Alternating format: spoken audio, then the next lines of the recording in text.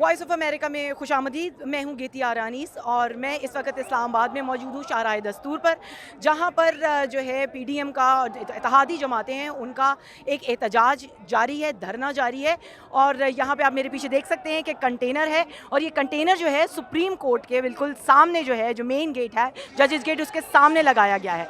ये धरना क्यों हो रहा है इसका थोड़ा सा मैं बैकग्राउंड दे दूँगी, क्योंकि पिछले हफ्ते में पाकिस्तान तहरीक इंसाफ के सरबराह और साबिक वज़ीर आज़म इमरान खान है, उनको गिरफ्तार किया गया था नैब की जानिब से, जिन्हें बाद में मुबैना तौर पर जैसे हुकूमती जो इत्तेहाद का कहना है कि सुप्रीम कोर्ट की जानिब से एक रिलीफ दी गई, जिसके खिलाफ जो है इस वक्त ये धरना हो रहा है। इसमें तमाम जमातों के जो हैं वो मुजाहिरीन जो हैं वो शामिल हैं और सुबह से बल्कि रात से काफ़िले जो हैं वो इस्लामाबाद आना शुरू हो गए थे। इस वक्त जैसी कोई बदनज़मी यहाँ पर फ़िलहाल नहीं देखी जा सकती और यहाँ पर अभी जो है तकरीर का सिलसिला भी शुरू नहीं हुआ, जो कि थोड़ी देर में शुरू हो जाएगा, जिससे मौलाना फजल रहमान जो वो खिताब करेंगे, ये ऐलान किया जा चुका है। इससे पहले सुबह जो है हमने देखा कि पार्लियामेंट का सेशन भी हुआ और सुप्रीम कोर्ट में भी एक बहुत अहम हेयरिंग थी जो पंजाब में होने वाले 14 मई के इंतखाबात के हवाले से थी। जो ये इस हेयरिंग का क्या हुआ, इस बारे में हम अपने जो हमारे साथी नुमाइंदा हैं आसिम अली राना, उनसे पूछते हैं कि क्या सूरत हाल रही।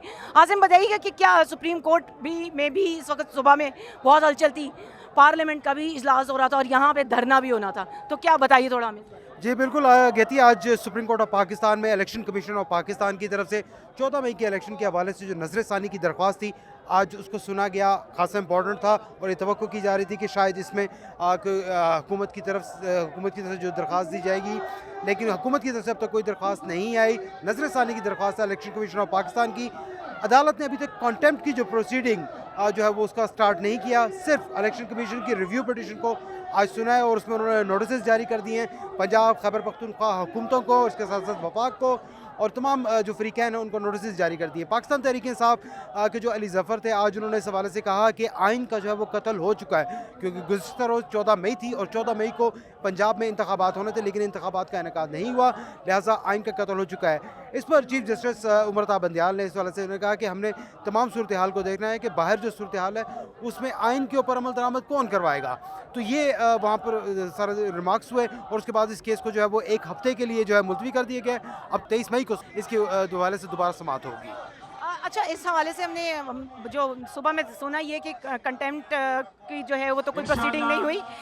लेकिन जो है एक हफ्ते के लिए इसे मुअत्तल किया गया है फिलहाल इसकी हेयरिंग को। लेकिन यहाँ पर हमने एक और जो है कमेंट भी सुना था कि जिसका क्या बाहर हालात देखें तो यहाँ पर एक काफ़ी गर्मा गर्मी की सूरत हाल है और यहाँ पर अभी थोड़ी देर में मौलाना फजल रहमान भी खिताब करने वाले हैं और यहाँ पे मुख्तलिफ टोलियाँ नजर आ रही हैं लोगों की जो मुख्तलिफ सूबों से आई हुई हैं, बलूचिस्तान से भी, सिंध से भी। हमें जो है पाकिस्तान पीपल्स पार्टी के बड़े कारकुन यहाँ पे दिखाई दे रहे हैं, खवातीन भी दिखाई दे रही हैं। ये धरना कब तक जारी रहेगा इस बारे में हुकूमत भी जो है वो